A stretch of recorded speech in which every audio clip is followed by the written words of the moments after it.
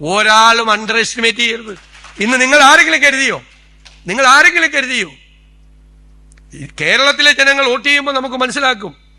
ഈ രാമക്ഷേത്രം പണിതപ്പോൾ ഇവിടെ ഹരിദാസേട്ടൻ പറഞ്ഞു, പ്രാണപ്രതിഷ്ഠ നടത്തിയപ്പോ നമ്മളെല്ലാവരും കരുതിയത് എന്താ?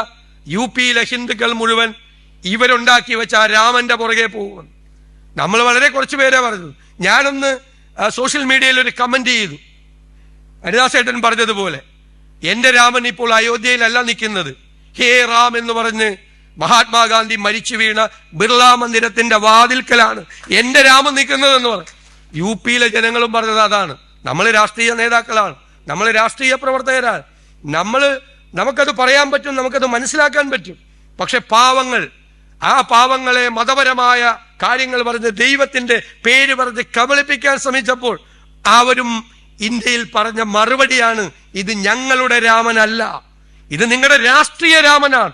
രാമനെ ഞങ്ങൾക്ക് ഇഷ്ടമാണ്, രാമൻ ഞങ്ങളുടെ ഹൃദയത്തിലുണ്ട്, ഞങ്ങൾക്ക് മതപരമായ വിശ്വാസമുള്ളവരാണ്, ഞങ്ങൾ ദൈവത്തിൽ വിശ്വസിക്കുന്നവരാണ്, രാമനെ ഞങ്ങൾക്ക് ഇഷ്ടമാണ്.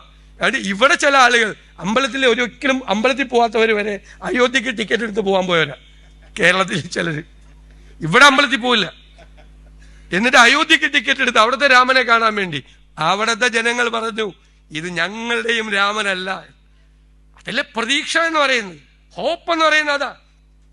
ഞാൻ നിരാശനായിട്ടുള്ള ഒരാളല്ല ഇതൊന്നും കണ്ടിട്ട്.